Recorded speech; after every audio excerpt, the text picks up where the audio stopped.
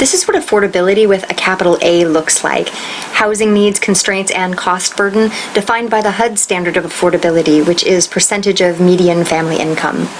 This is very important to understand when we're talking about real affordability rather than relative to whatever the market will bear. There's no housing crisis, there's only an affordable housing crisis.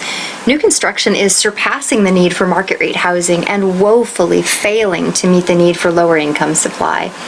In fact, many luxury market rate units are sitting vacant, while an increasing number of people are being displaced, forced to live in their cars, or worse. The housing supply has been inverted by a market rate housing boom.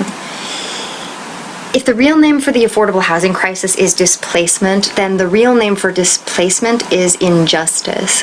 Displacement caused by speculative real estate investment and gentrification are the cause of the lack of affordable housing supply, particularly where vacancy rates are low and rent increases and no-cause evictions are unregulated.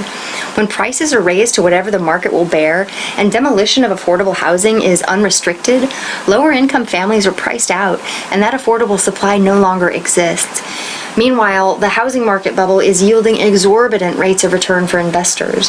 Wall Street recently created rental-backed mortgage securities and is now also in the landlord business. Market rate housing doesn't trickle down into affordable housing. In fact, it can take up to 30 years for those units to attain some semblance of affordability, long after they've lost their luster, while displacement, homelessness, and suffering happens in real time without the luxury of waiting it out. Let this sink in for a moment.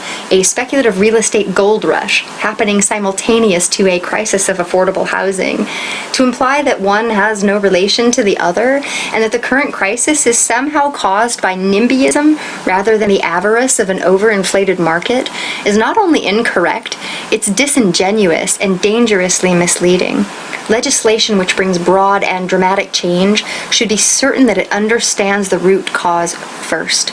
Otherwise, it is particularly vulnerable to erring on the side of irrevocable harm and regret, rather than careful consideration and concern. An equitable solution understands the root cause, mitigates displacement, and mandates affordability to relieve the crisis rather than exacerbating and perpetuating it. A balance of regulations, incentives, and demolition review is the solution that takes inverted supply and shapes it back into an envelope that meets the goal of providing housing for all income levels and requiring, rather than merely requesting and hoping, that development meets density and affordability goals. House Bill 2007 is an attempt to further deregulate the conditions that caused the crisis of affordability to begin with. It will accelerate, exacerbate, and perpetuate the root cause and create even more pricing pressure by top-loading the market. It's what Naomi Klein refers to as disaster capitalism. House Bill 2007 claims to be an affordable housing supply bill, yet it weakens land use regulations statewide without any mandate of affordability. In fact, it incentivizes more displacement and demolition of existing affordable supply by allowing even more market rate density and therefore exponential densification of profit. This solution doesn't look much like a remedy. In fact, it looks just like the problem, only worse.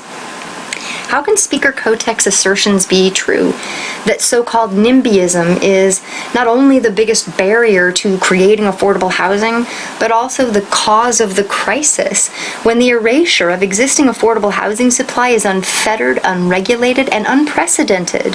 That sort of misdirection and misappropriation poisons the well and strangles constructive debate from the outset and vilifies those who want to stop the hemorrhaging rather than those who profit from it.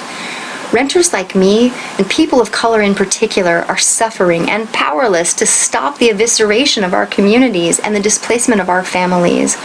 House Bill 2007 is a pitch to further deregulate an industry that already exploits the commodification of a basic need by manufacturing a shortage. Please help us by voting no on House Bill 2007 or by adopting amendments that address the problem rather than fueling it. Thank you for listening.